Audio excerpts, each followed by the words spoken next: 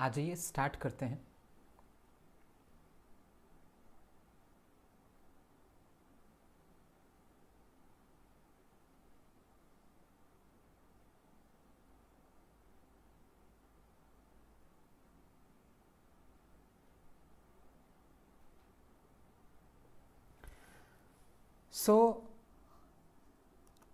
यह है UGC NET का फ्री बैच जिसमें हम आपको पढ़ा रहे हैं पेपर 2 यूनिट 1, 2 एंड 3 कंप्लीट हो चुकी है। यूनिट 4 पर हम हैं नॉन फिक्शनल प्रोज, जिसको हम 4 लेक्चर्स में कंप्लीट करने वाले हैं। जिसका पहला लेक्चर जो था नॉन फिक्शन इन एंग्लो नॉर्मन पीरियड वो कंप्लीट किया जा चुका है। इसके नोट्स हमने टेलीग्राम ग्रुप पर भेज दी हैं। अगर आप टेलीग्राम ग्रुप पर नहीं हैं तो चले जाइए, वहाँ पर सारे नोट्स अभी तक के हैं फाइल सेक्शन में। आज जो हम लेक्चर शुरू कर रहे हैं वो है Puritan to the romantic age non fiction. Puritan से लेकर रोमांटिक एज तक का नॉन फिक्शन जो लिखा गया है उनके बारे में हम बात करना शुरू करेंगे। तो ये है lecture number 2, Puritan to the romantic age non fiction.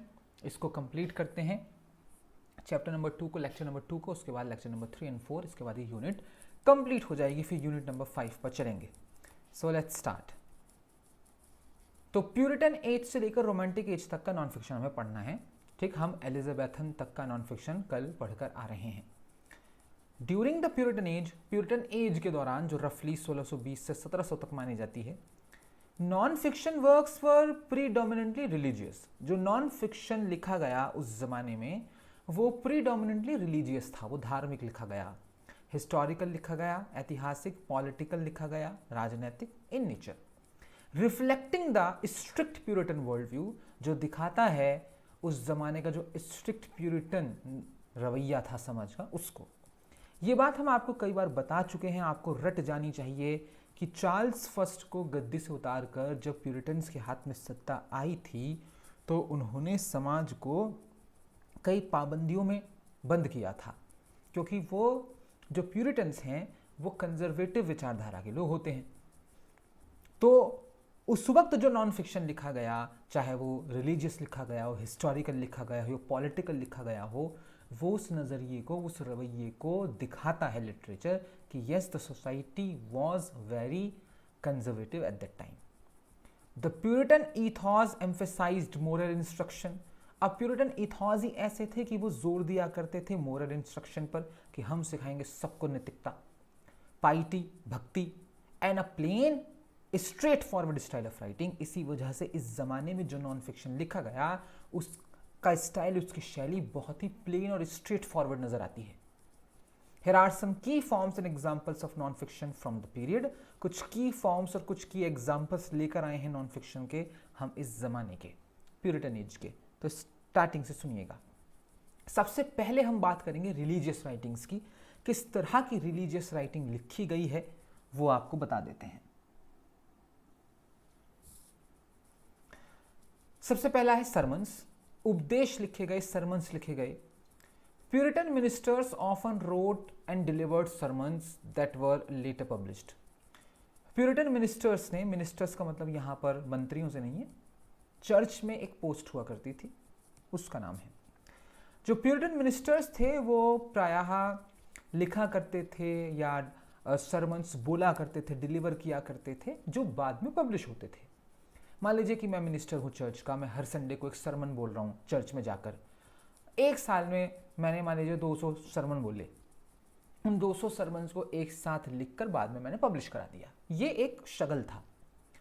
These texts aim to guide people in living pious lives। In text का उद्देश्य होता था कि ये लोगों को ये सिखाते थे कि आप अपना जीवन पवित्रता से कैसे बिता सकते हैं according to strict Puritan principles. वो जो स्ट्रिक्ट प्यूरिटन प्रिंसिपल्स हैं, प्यूरिटन सिद्धांत हैं, उनके अकॉर्डिंग आप जीवन कैसे बिता सकते हैं। जॉन कॉटन और कॉटन मैथर, ये दो नाम हैं, वर सिग्निफिकेंट प्रीचर्स। ये उस जमाने के सिग्निफिकेंट प्रीचर्स थे, उपदेशक थे, whose sermons were widely read, जिनके sermons बहुत ज्यादा पढ़े गए। इन दोनों के अलावा Jonathan Edwards famous sermon sinners. Jonathan Edward एक बहुत बड़े प्रीचर रहे हैं प्यूरिटन एज के। उनका एक sermon का कलेक्शन था सिनर्स नाम का, ठीक है, Sinners in the hands of an angry God, पूरा ये नाम है, यूजुअली सिनर्स के नाम से जाना जाता है, 1741 में पब्लिश हुआ था। तो slightly after the Puritan age, अब देखा जाए तो प्यूरिटन एज से थोड़ी सी बात का है ये, but captures the fire and Brimstone style, लेकिन इसमें फायर एंड ब्रिमस्टोन स्टाइल का यूज किया गया है, जो कॉमन थीम हुआ करती थी प्यूरिटन रिटोरिक की। ठीक, फायर और ब्रिमस्टोन स्टाइल ये एक शैली का नाम है, लिखने का एक तरीका है जो प्यूरिटन एज में इस्तेमाल की गई है। इसके बारे में हम किसी और क्लास में डिटेल में बताएंगे आपको। थियोलॉजिकल ट्रिटाइजेस, ठीक है, अब देखो थियोलॉजिकल ट्रीटीज लिखी गई, सरमन्स लिखे गए रिलीजियस राइटिंग में, और थियोलॉजिकल ट्रीटीज लिखी गई। थियोलॉजी का मतलब क्या होता है? धर्मशास्त्र। Puritan thinkers wrote excessively on theology, Puritan thinkers ने बहुत ज़्यादा एक्सटेंसिवली वर्क किया थियोलॉजी यानी कि धर्म की शिक्षा पर। जॉन बनियान्स द पिलग्रिम्स प्रोग्रेस 1678, मोहताज ही नहीं है ये किसी इंट्रोडक्शन का। तो टेक्निकली एलिगोरिकल फिक्शन, देखा जाए तो टेक्निकली एलिगोरिकल फिक्शन का एग्जाम्पल है ये, इज हैविली डिडक्टिक, लेकिन ये बहुत ही उपदेशात्मक था, डिडक्टिक था। Reflects the religious thought of the time, ये रचना भी उस जमाने की रिलीजियस थॉट को दर्शाती है। तो प्यूरिटन एज में जो नॉन फिक्शन लिखा गया उसमें रिलीजियस सरमन्स और रिलीजियस या थियोलॉजिकल ट्रीटीज लिखी गई। दूसरी चीज जो लिखी जा रही थी वो लिखे जा रहे थे हिस्टोरिकल अकाउंट्स, यानी कि इतिहास लिखा जा रहा था। कौन लोग लिख रहे थे और किन का इतिहास लिख रहे थे, सुनिएगा।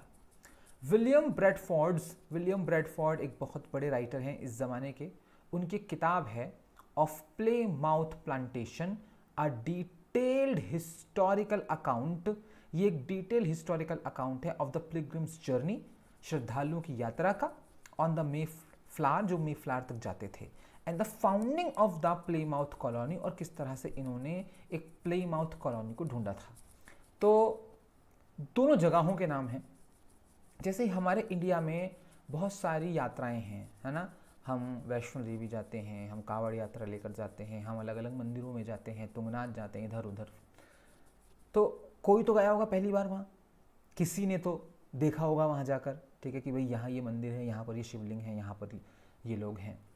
तो बिल्कुल उन्हीं पिलग्रिम श्रद्धालुओं की उन्हीं जर्नी की कहानी है इस किताब में ऑफ प्लाईमाउथ प्लांटेशन। तो प्लाईमाउथ एक जगह का नाम है और वहाँ पर सिर्फ और सिर्फ चारों तरफ आपको हरे भरे मैदान ही नज़र आते हैं, चारागाह नज़र आते हैं, ठीक है। तो वहाँ पर किस तरह से, ठीक है, एक कॉलोनी खोजी थी पिलग्रिम्स ने, उसकी कहानी है। ब्रैडफोर्ड्स वर्क इज अ की हिस्टोरिकल टेक्स्ट, ये इनकी रचना एक की हिस्टोरिकल टेक्स्ट है for understanding early American Puritan life, अगर आपको शुरुआती अमेरिकन प्यूरिटन लाइफ को समझना है तो। जॉन विंथ्रॉप थे, एक और हिस्ट्री लिखा करते थे। इनकी एक रचना है, इनका एक वर्क है a model for Christian charity 1630 का। दिस इज अ सरमन, ये एक सरमन है। Often considered a founding document of American ideology, इसे माना जाता है कि ये फाउंडिंग डॉक्यूमेंट है अमेरिकन आइडियोलॉजी का।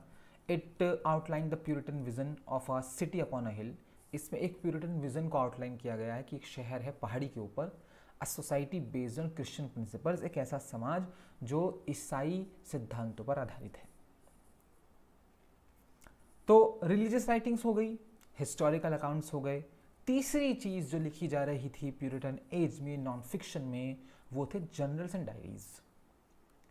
पर्सनल जर्नल्स, जो पर्सनल जर्नल्स होते थे, डायरीज होती थी, वो popular form of non fiction among Puritans. वो प्यूरिटन्स के बीच में बहुत ही फेमस और पॉपुलर फॉर्म था। Use as tool for self reflection, इसका वो इस्तेमाल करते थे सेल्फ रिफ्लेक्शन के लिए, अपने आप को खोजेंगे लिखकर, और वो सबसे अच्छा तरीका भी अपने आप को खोजने का कि आप लिखना शुरू करें। और spiritual growth, Samuel Sewall's diary provides insights into the daily life. Samuel Sewall की एक डायरी हमें मिलती है जिससे हमें उनके रोजमर्रा के जीवन का पता चलता है, ठीक है। ये उस जमाने के व्लॉग हुए, जैसे आजकल व्लॉगिंग करते हैं लोग। मोरल स्ट्रगल्स का पता लगता है प्यूरिटन जज होने के नाते। वाइल एन ब्रैडस्ट्रीट्स, एक एन ब्रैडस्ट्रीट करके राइटर हैं, पर्सनल राइटिंग्स ऑफन रिफ्लेक्ट, वो रिफ्लेक्ट करती है इनकी ये किताब उनके रिलीजियस डिवोशन को और उनके पर्सनल ट्राइबुलेशंस, उनके पर्सनल जद्दोजहद को। चलिए, चौथी चीज जो नॉन फिक्शन में लिखी जा रही थी प्यूरिटन एज में, वो थे पॉलिटिकल और सोशल ट्रैक्ट्स। ये सबसे महत्वपूर्ण है, ये सबसे इंपॉर्टेंट है जो प्यूरिटन एज में हो रहा था, जिसमें सबसे बड़ा नाम जॉन मिल्टन का है। उन्होंने कई पॉलिटिकल ट्रैक्ट्स लिखे हैं और उसमें से कई सारे आपने पढ़े होंगे ऑब्वियसली। जॉन मिल्टन, ऑल दो better known for his poetry, भाई वैसे तो पोइट्री के लिए फेमस हैं जॉन मिल्टन अपनी, खासतौर से पैराडाइज लॉस्ट के लिए जो एपिक है। Milton wrote significant political prose, लेकिन मिल्टन ने काफ़ी अच्छा सिग्निफिकेंट पॉलिटिकल प्रोज लिखा है प्यूरिटन एरा में, particularly supporting the republican cause. खास तौर से वो रिपब्लिकन कॉज को सपोर्ट करते थे इंग्लैंड में during the English civil war के दौरान चार्ल्स फर्स्ट के खिलाफ रहते थे ये। हिज वर्क्स लाइक, इनकी कई रचनाएं हैं ऐसी, जैसे एरियोपैजिटिका है, ठीक है, a defence of free speech, इसमें ये इन्होंने फ्री स्पीच को डिफेंस किया था। Are prime examples of Puritan non fiction, ये प्राइम एग्जाम्पल्स हैं प्यूरिटन नॉन फिक्शन के। इन्होंने बहुत सारे लिखे हैं, एरियोपैजिटिका, ठीक है, निकोमेडियन, टेट्राकॉर्डन, ठीक है, बहुत सारे हैं, ठीक है, doctrine and discipline of divorce, tenure of Kings and magistrate, बहुत सारे इन्होंने पॉलिटिकल ट्रैक्ट लिखे हैं। बड़ी इंपॉर्टेंट बात आ रही है, ठीक है, बड़ा इंपॉर्टेंट क्वेश्चन है, ध्यान से सुनिएगा। रिचर्ड बैक्स्टर एक नाम है, ये नाम याद रखो। इनकी किताब है द सेंट्स एवरलास्टिंग रेस्ट, 1650 में लिखी थी। ये एक रिलीजियस टेक्स्ट है that explores the Puritan concept of eternal salvation. इसमें उन्होंने वो कॉन्सेप्ट बताया है प्यूरिटन्स का, जिसमें प्यूरिटन से दावा करते हैं कि मरने के बाद आपको कभी ना खत्म होने वाली मुक्ति मिलती है, आप स्वर्ग में हमेशा रहेंगे। Encouraging Christians to live godly lives, इस किताब में वो एनकरेज करते हैं ईसाइयों को कि वो एक अच्छा जीवन बिताएं in anticipation of heavenly reward, ताकि आपको वो हेवनली रिवॉर्ड मिल सके मरने के बाद, ठीक है। तो ये किताब भी बहुत फेमस है। तो मोस्टली रिलीजियस और पॉलिटिकल लिखा गया प्यूरिटन एज में, ठीक है। आगे, अब लिखा तो गया, ये तो हमने पढ़ लिया, किसने लिखा ये भी हमने पढ़ लिया। अब लिखा किन थीम्स पर गया है वो सुन लेते हैं। सबसे पहली थीम थी रिलीजियस डिवोशन, क्योंकि रिलीजियस लिखा गया तो रिलीजियस डिवोशन के साथ लिखा गया। Puritan non fiction was often centred on spiritual guidance. Puritan non fiction प्रायः केंद्रित रहते थे स्पिरिचुअल गाइडेंस पर, वो आध्यात्मिक रास्ता दिखाते थे लोगों को, एम्फसाइजिंग ईश्वर से माफ़ी कैसे मांगनी है, living a life according to the Bible, आपको बाइबल के अकॉर्डिंग जीवन कैसे बिताना है। तो ये थीम हुआ करती थी उस दौर की राइटिंग की नॉन फिक्शन में। Moral instruction,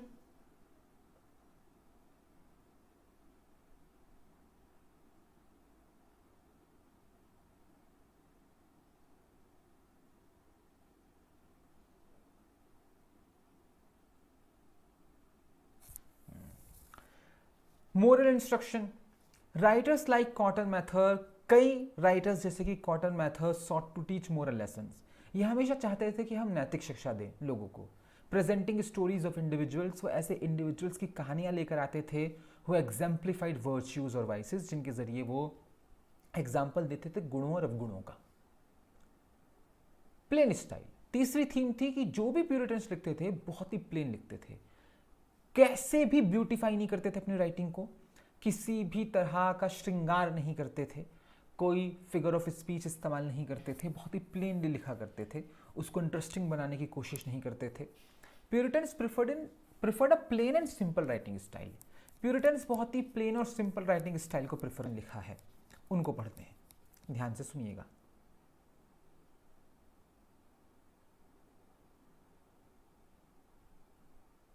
I think Wi-Fi is doing something. Class बीच में अटक रही है क्या आप लोगों की, मुझे ज़रा बताइएगा।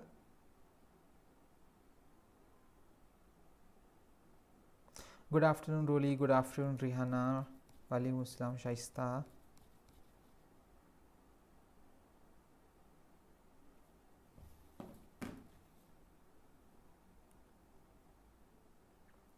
आप ये भी नहीं बता रहे कि आपको ये पूरा दिख नहीं रहा है।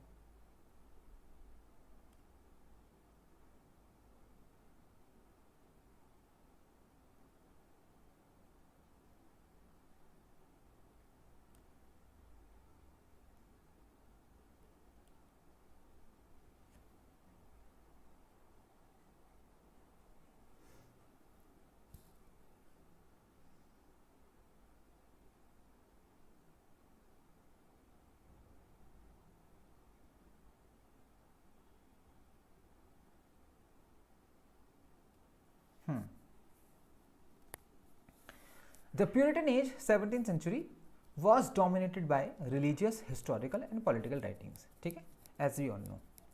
Several significant non fiction writers emerged, कई सारे नॉन फिक्शन राइटर्स उभर कर आए ड्यूरिंग दिस टाइम, इस टाइम के दौरान. Whose works reflect the Puritan world view, इनकी रचनाओं ने प्यूरिटन नजरिए को दिखाया. Below are the major non fiction writers of the Puritan era. पहला नाम है इसमें जॉन मिल्टन का, 1608 से 1674 इनका लाइफ स्पेन है. की वर्क्स की अगर बात करें, नॉन फिक्शन की बात कर रहे हैं हम सिर्फ, ठीक है, सिर्फ नॉन फिक्शन की.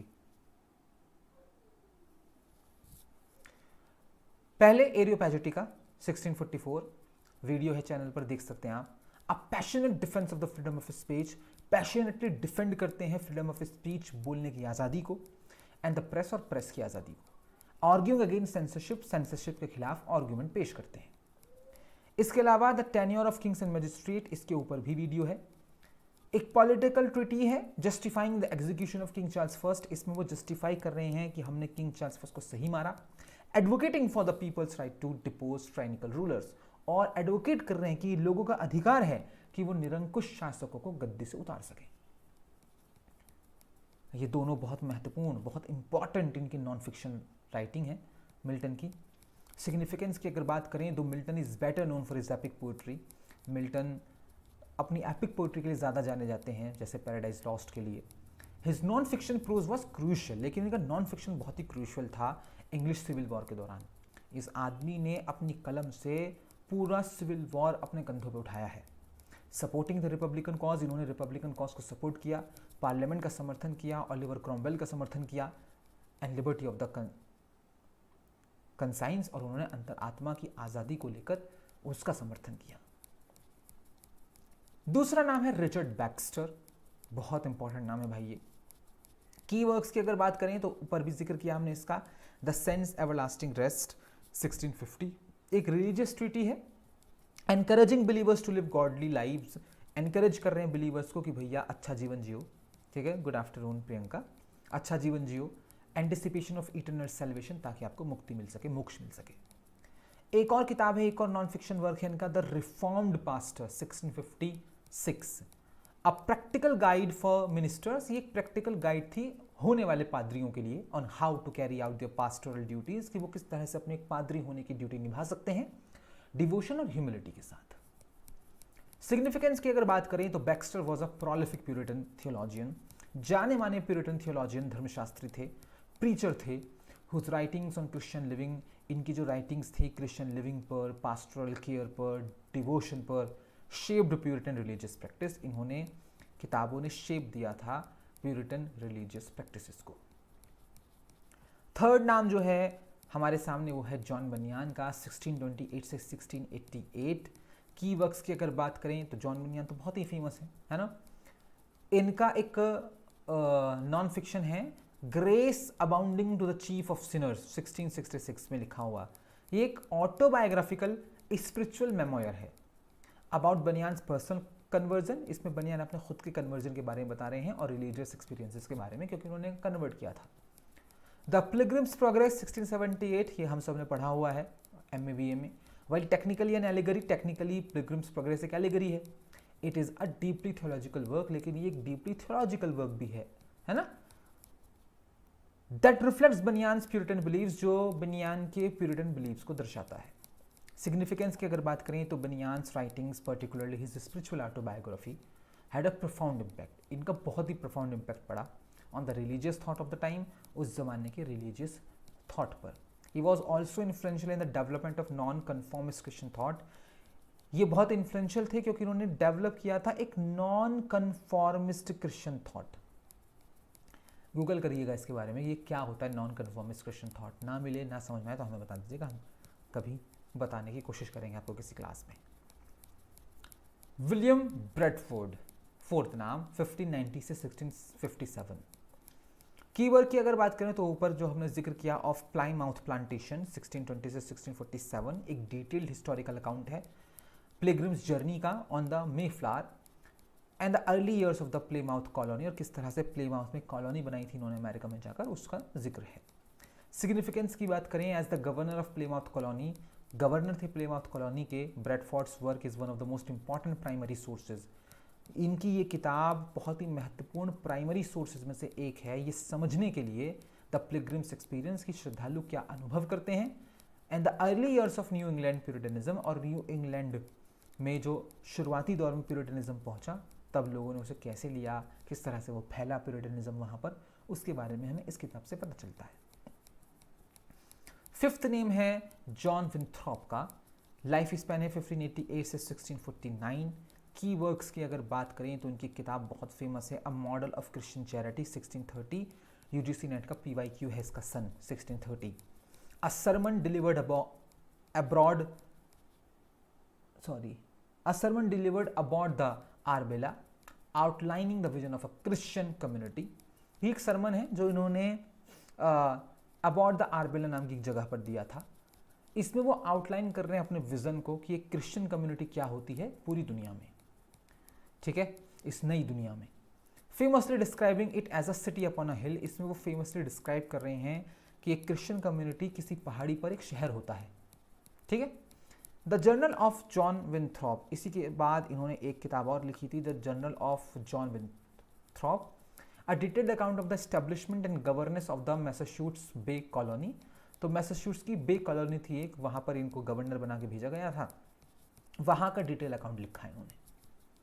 सिग्निफिकेंस की अगर बात करें, as the first governor of the Massachusetts bay colony, ये मैसाचुसेट्स बे कॉलोनी के पहले गवर्नर थे। Winthrop was a leading figure in shaping puritan society in America, ये लीडिंग फिगर में से एक थे जिन्होंने अमेरिका में प्यूरिटन सोसाइटी का निर्माण किया था। His writings provide insight into Puritan ideals of governance and community, इनकी राइटिंग इंसाइट प्रोवाइड करती है हमें कि क्या प्यूरिटन आदर्श थे इनके पास गवर्नेंस को लेकर और कम्युनिटी बिल्डिंग को लेकर, ठीक है।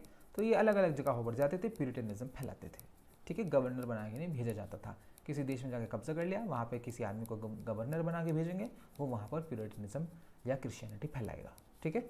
That was the major encouragement behind the colonialism, ठीक है। सिर्फ पैसा नहीं था, पैसे के अलावा रिलीजन भी था। नंबर 6, छठवां आदमी है प्यूरिटन एज का जिसने नॉन फिक्शन राइटिंग की है, वो है कॉटन मैथर। ऊपर जिक्र हुआ है 2 बार इनका।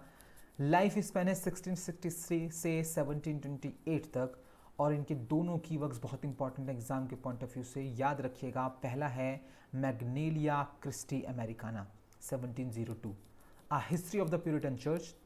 प्यूरिटन चर्च के इतिहास को बताते हैं, लिखते हैं न्यू इंग्लैंड में, न्यू इंग्लैंड अमेरिका, ठीक है।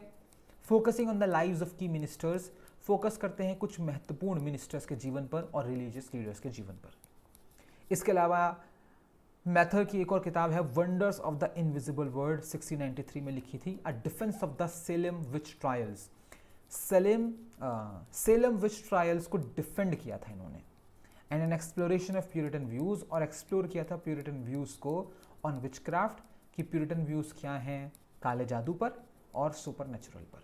अब ये सेलेम विच ट्रायल्स हमने पहले भी किसी क्लास में आपसे बोला था कि you should read about it, ये काला अध्याय है चर्च हिस्ट्री का, सेलेम विच ट्रायल। बहुत सारी औरतों को सिर्फ इसलिए मार दिया जाता था क्योंकि उनके ऊपर आरोप लगता था कि वो चुड़ैले हैं। और अभी जब हम अध्ययन करते हैं सेलेम विच ट्रायल का, कई डॉक्यूमेंट्री बनी हुई हैं इसके ऊपर, कई मूवीज़ बनी हुई हैं, कई किताबें लिखी गई हैं, ठीक है, कई सारी लोक कथाएँ हैं, कई सारे डरावने किस्से हैं, ठीक। आप जब इसके बारे में पढ़ते हैं और स्टडी करते हैं, रिसर्च करते हैं, तो यू गॉट टू नो कि वो औरतें विच तो नहीं थी ऑब्वियसली, क्योंकि विच होती नहीं है, वो विचेस तो नहीं थी, लेकिन वो कुछ इंटेलिजेंट इंटेलेक्चुअल औरतें थीं जो सवाल करती थीं, चर्च के खिलाफ बोलती थीं, जो कुछ भी नया इन्वेंट कर देती थी, ठीक है। जैसे एग्जाम्पल के तौर पर हम हमेशा यह एग्जाम्पल देते हैं कि कोई लड़की जंगल में गई है लकड़ियाँ वकड़ियाँ चुगने, अब वहाँ उस दौरान उसके साथ जो और बच्चे गए, उसमें से एक बच्चे ने एक मशरूम तोड़ के खा लिया, ठीक है, उससे उसकी मौत हो गई। अब उस बच्ची का ये फर्स्ट हैंड एक्सपीरियंस हो गया कि इस तरह का जो मशरूम है इसको खाने से मौत हो जाती है, बाकी जो हमारी तरफ मशरूम उग रहा है हम उसे पका के खाते हैं। अब अगली बार कुछ औरतों के साथ वो लड़की गई जंगल में, उन औरतों ने उन मशरूम को खाने की कोशिश करी, तोड़ के उसने मना किया कि इससे मत खाओ, मर जाओगी इससे। एक औरत नहीं मानी, ठीक है, उसने खा लिया, वो मर गई। बाकी की जो जिंदा बची, अब उसे तो एहसानमंद होना चाहिए उनका कि भाई तूने हमारी जान बचा ली। वो कहेंगी इसे कैसे पता कि इसे खा के मौत हो जाती है, विच है ये। हर समझदार औरत विच थी, ठीक है, बहुत सारी औरतें मारी गई, ठीक है, बड़ा डार्क चैप्टर है चर्च हिस्ट्री का वो, तो उसको डिफेंड करा है उन्होंने कि हमने ठीक मारा है, ठीक है, और विच क्राफ्ट होता है, काला जादू होता है, तो बहुत सारी चीज़ें हैं इसमें। सिग्निफिकेंस की अगर बात करें तो Mather was a prominent Puritan minister, ये एक प्रोमिनेंट प्यूरिटन मिनिस्टर थे, हिस्टोरियन थे, whose writings influenced both religious thought, इनकी राइटिंग्स ने दोनों लोगों को इन्फ्लुएंस किया, रिलीजियस थॉट को भी और कॉलोनियल गवर्नेंस को भी न्यू इंग्लैंड में। सेवंथ नेम है सैमुअल सीवॉल, इनका भी नाम ऊपर आया था। इनकी एक डायरी है, the diary of Samuel Sewall, a personal diary that provides a vivid glimpse, विविधताओं से भरी झलक नजर आती है इस किताब में प्यूरिटन लाइफ की, एंड द ऑथर्स इन्वॉल्वमेंट, और इसका एक इन्वॉल्वमेंट था सैमुअल का सेलम विच ट्रायल्स में। Sewall later express regret for his role in the trials, बाद में सेलम ने अपना रिग्रेट भी दिखाया था कि मेरा जो उसमें भूमिका थी ट्रायल्स में, इसमें मुझे खेद है, हमें उन औरतों के साथ वैसा नहीं करना चाहिए था। बहुत ही इंटरेस्टिंग टॉपिक है ये सेलम विच ट्रायल, और मैं कोशिश करूँगा मैं कभी वीडियो बनाऊँ इसके ऊपर आप लोगों के लिए। सिग्निफिकेंस की अगर बात करें, Sewall's diary is an important historical record, Sewall की डायरी एक इम्पॉर्टेंट हिस्टोरिकल रिकॉर्ड है, offering insights into a daily life, इससे हमें झलक मिलती है रोज़मर्रा के जीवन की, रिलीजियस बिलीव्स की और सोसाइटल नॉर्म्स की प्यूरिटन एरा के। एट्थ नेम है एन ब्रैडस्ट्रीट का, बहुत बड़ी राइटर हैं उस जमाने की, 1612 से 1672 लाइफ स्पैन है इनका। की वर्क की अगर बात करें, दो primarily known for her poetry, अपनी पोइट्री के लिए जानी जाती हैं। ब्रैडस्ट्रीट्स पर्सनल राइटिंग्स, इनकी जो पर्सनल राइटिंग्स हैं जैसे कि उनके लेटर्स, उनके spiritual reflections, important non fiction works हैं वो, that reflect her Puritan faith, जो उनकी प्यूरिटन फेथ को रिफ्लेक्ट करते हैं। सिग्निफिकेंस की अगर बात करें तो Bradstreet is often regarded as the first published poet of America, Bradstreet को माना जाता है पहली पब्लिश्ड कवि अमेरिका की, महिला कवि की बात हो रही है obviously. But religious prose writings also provide valuable insights, लेकिन इनकी रिलीजियस प्रोज राइटिंग काफ़ी वैल्यूबल इंसाइट देती है प्यूरिटन माइंडसेट की, especially from a women's perspective, खासतौर से महिला के नज़रिए से, ठीक है। नाइन्थ जो नेम है इसमें हमारा वो है इंक्रीज मेथड, ठीक है, नाम अजीब लगता है कि सब टाइपिंग मिस्टेक हो गई, लेकिन ये इंक्रीज ही नाम है इनका। 1639 से 1723 इनका लाइफ स्पेन है। An essay for the recording of illustrious providences 1684 में लिखी गई इनकी एक वर्क, ये कलेक्शन ऑफ अकाउंट्स है, अलग अलग ऐतिहासिक अध्यायों का कलेक्शन है सुपर नेचुरल इवेंट्स के, कहीं कोई आत्मा आ गई किसी के ऊपर, कहीं भूत आ गया किसी के ऊपर, उस तरह की घटनाएं लिखी हैं इन्होंने, ठीक है। और डिवाइन प्रोविडेंस कि किस तरह से फिर ईश्वर की मदद आई है और उस चीज़ों को पार पाया गया है। Reflecting the Puritan belief in God's intervention in daily life, ये रिफ्लेक्ट करता है कि प्यूरिटन बिलीव करते हैं कि ईश्वर हमारे रोज़मर्रा के जीवन में इंटरवेंट करता है, ठीक है, उसका इंटरवेंशन हर चीज़ में है, हमारे खाना खाने में, पानी पीने में, हर चीज़ में। कोई नहीं सारा। Cases of conscience concerning evil spirits, बहुत महत्वपूर्ण किताबें हैं दोनों, बहुत महत्वपूर्ण। अगर आपको थोड़ा सा भी वो है ना, क्या कहते हैं, इंटरेस्ट इन चीज़ों में, कमाल की किताबें हैं ये। भले ही झूठी कहानियाँ हो, हम ये मान के चल रहे हैं कि झूठी कहानियाँ हैं, बट इंटरेस्टिंग है, ठीक है। और अगर 1% भी उसमें सच्चाई है इन कहानियों में तो बड़ी डेंजरस है। एक थियोलॉजिकल वर्क है डिस्कसिंग विचक्राफ्ट, इसमें वो काले जादू को डिस्कस करते हैं, written in response to Salem witch trials, इन्होंने ये सेलम विच ट्रायल्स को रिस्पॉन्स में लिखा था। सिग्निफिकेंस की अगर बात करें तो Increase Mather was a leading Puritan clergyman, एक लीडिंग प्यूरिटन पादरी थे, स्कॉलर थे, ऑथर थे, हुज राइटिंग्स ऑन थियोलॉजी, इनकी राइटिंग्स जो हैं थियोलॉजी पर, पॉलिटिक्स पर, सुपरनेचुरल पर, शेप बोथ रिलीजियस थॉट, इन्होंने शेप दिया इन राइटिंग्स ने रिलीजियस थॉट को भी और लीगल फ्रेमवर्क को भी अर्ली न्यू इंग्लैंड के, ठीक है। तो ये तो हो गई बात है हमारी भैया प्यूरिटन एज की। अब हम बात करेंगे रेस्टोरेशन एज के नॉन फिक्शन की, ठीक है, सुनिएगा। द रेस्टोरेशन एज जो 1660 से 1700 तक मानी जाती है, marked by the restoration of the monarchy, इसको हम मानते हैं कि मोनार्की के रेस्टोरेशन से शुरू 1660 में चार्ल्स फर्स्ट के बेटे चार्ल्स सेकेंड राजगद्दी पर वापस लौटे थे इंग्लैंड में, चार्ल्स सेकेंड के अंडर में। Saw a shift from the religious and moral intensity of the Puritan era. अब प्यूरिटन एरा में रिलीजियस एंड मोरल इंटेंसिटी थी, धार्मिक माहौल हो रहा था पूरे देश का, मोरल माहौल हो रहा था, ये मत पहनो, ये मत खाओ, ये मत करो, वो मत करो, ऐसे सो वैसे उठो। अब राजा बदला, थोड़े से सेक्युलर और पॉलिटिकली चार्ज्ड माहौल की तरफ ये बढ़े, सटायरिकल टोन लिटरेचर में आई। Below are the major non fiction writers of the restoration age. Restoration age के कुछ मेजर नॉन फिक्शन राइटर्स की बात करेंगे हम लोग, जिसमें पहला नाम है जॉन ड्राइडन। ठीक है, एक वीडियो आएगी कल या परसों, ठीक है, डिपेंड्स ऑन द एडिटिंग। उसमें हमने विलियम शेक्सपियर के ऊपर जो क्रिटिकल कमेंट किए हैं लोगों ने, उसके ऊपर वीडियो बनाई है। ठीक है, लगभग 30-35 मिनट की वीडियो होने वाली है, वो लंबी वीडियो, बड़ी इंपॉर्टेंट वीडियो है आपके एग्ज़ाम के लिए, यूपी टीजीटी के लिए, यूपी पीजीटी के लिए, या किसी भी उस एग्ज़ाम के लिए जिसमें शेक्सपियर आता है। तो क्रिटिकल कमेंट आते हैं, कोटेशंस आती हैं कि किसने शेक्सपियर के बारे में क्या कहा, ये कोटेशन किसने बोली है शेक्सपियर के बारे में। उसमें कुछ इंपॉर्टेंट कोटेशन समझाई है वीडियो में हमने बहुत अच्छे से, तो वो देखिएगा। उसमें जॉन ड्राइडन की भी कोटेशंस हैं, तो हमें याद आ गई इसलिए हम आपको बता रहे हैं। की वर्क्स की अगर बात करें जॉन ड्राइडन, तो जॉन ड्राइडन है भाई, अपने प्लेस के लिए फेमस है, पोइट्री भी लिखी है, लेकिन हम यहाँ बात करेंगे सिर्फ और सिर्फ उन रचनाओं की जो उन्होंने नॉन फिक्शन में लिखी हैं। ठीक है, पोइट्री और प्ले की बात हम यूनिट 1 एंड यूनिट 2 में कर चुके हैं। जॉन ड्राइडन हमने डिटेल में पढ़ाया था आपको वहाँ, अगर आपको याद हो तो। की वर्क्स की अगर बात करें तो एसे ऑफ ड्रामेटिक पॉइजी करके इनका एक क्रिटिकल राइटिंग आई थी, एक क्रिटिकल डिस्कशन था of the nature and principles of drama. इसमें उन्होंने ड्रामा के सिद्धांतों और नेचर का बात किया था। Comparing English and French theatrical traditions, इन्होंने इंग्लिश और फ्रांस के थिएट्रिकल परंपराओं का कंपैरिजन किया था। इसके अलावा एक और वर्क है इनका, discourse concerning the origin and progress of satire. नाम से पता लग रहा है सटायर किस तरह से विकसित हुआ, कहाँ से इसकी उत्पत्ति हुई, उसकी बात करी है। An essay on the history of satire, satire के इतिहास पर एक एस्से है। Defending the use of satire in literature, वो डिफेंड करते हैं कि लिटरेचर में सटायर का इस्तेमाल होना चाहिए। सिग्निफिकेंस की अगर बात करें तो Dryden was a leading figure in the Restoration literary scene.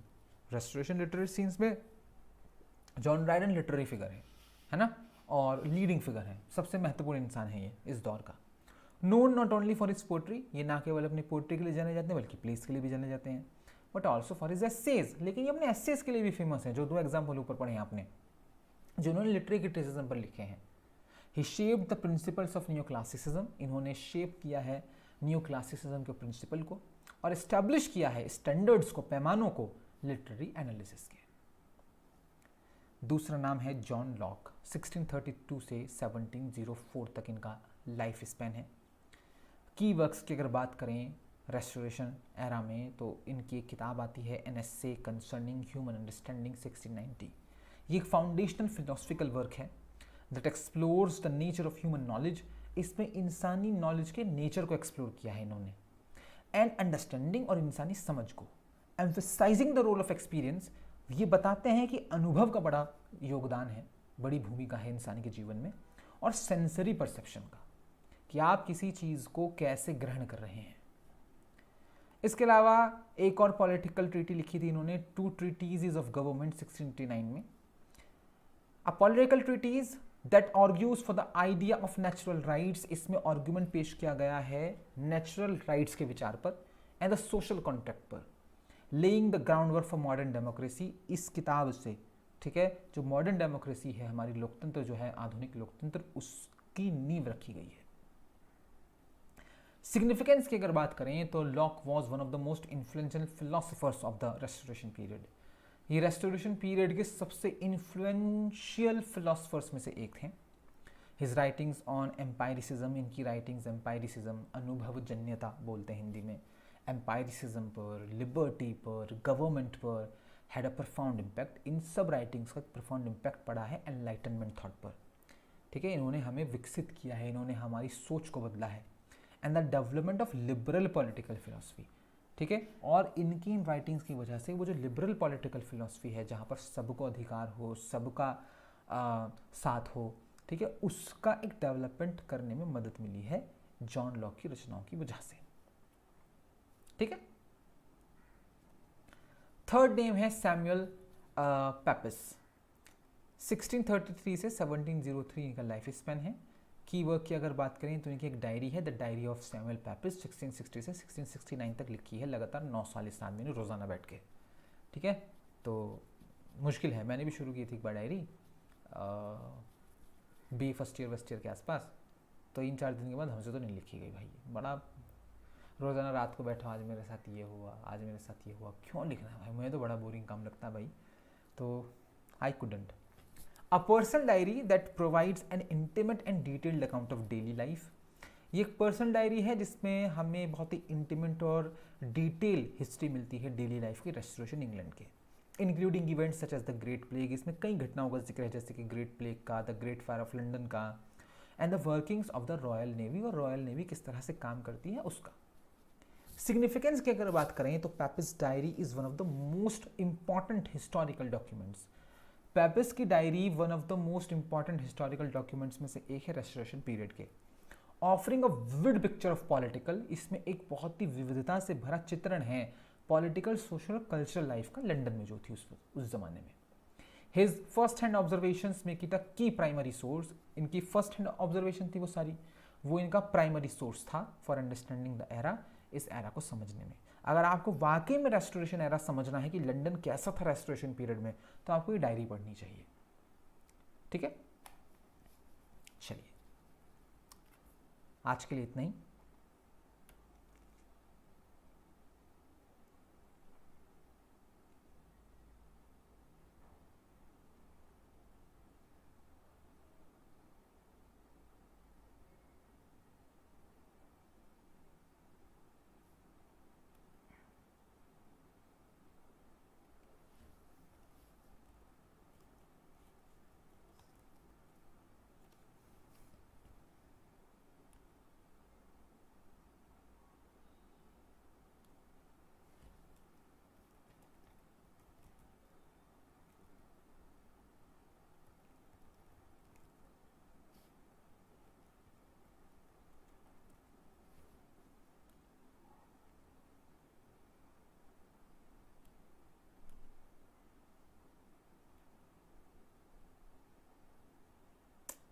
Okay Zaara.